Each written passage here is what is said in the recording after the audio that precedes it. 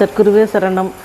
நான் 2022 9வது மாதம் கனவுல சொல்லிட்டு அங்கே வந்தோம். நாங்கள் ஃபேமிலியாக வந்தோம். நான் எங்கள் வீட்டுக்காரரு மகன் 3 பேர் வந்தோம்.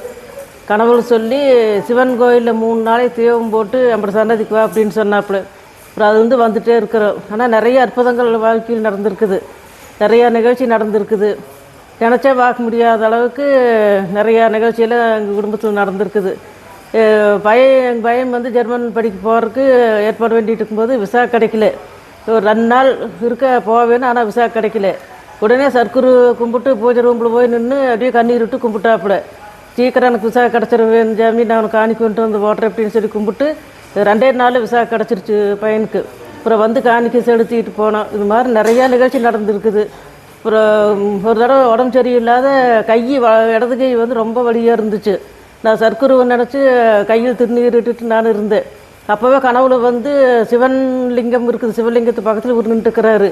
அப்படியே நின்றுட்டு நானே திருநீரை தண்ணியில் போட்டு குடிக்க சொல்கிறேன்ல, காது கேட்காதா சொன்னேன் அப்படின்னு ஒரு மாதிரி அதட்டுறாப்புல சொன்னார். உடனே அடுத்த நாள் நான் திருநீரை தண்ணீர் போட்டு குடித்து அதிலிருந்து இன்னும் இடது கை வலியே இல்லை, எனக்கு நல்லா இருக்குது, எல்லாமே நார்மலாக இருக்குது. என் குடும்பத்தை பொறுத்தளவு சர்க்குரு நிறையா செஞ்சுருக்கிறாரு.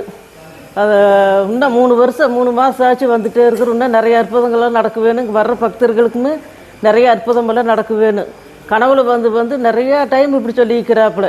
என் வீட்டுக்காரருக்கு ஃபஸ்ட்டு டைம் போகும்போது முழங்கால் வலி நல்லாவே மடக்கவே முடியாத அளவுக்கு இருந்துச்சு.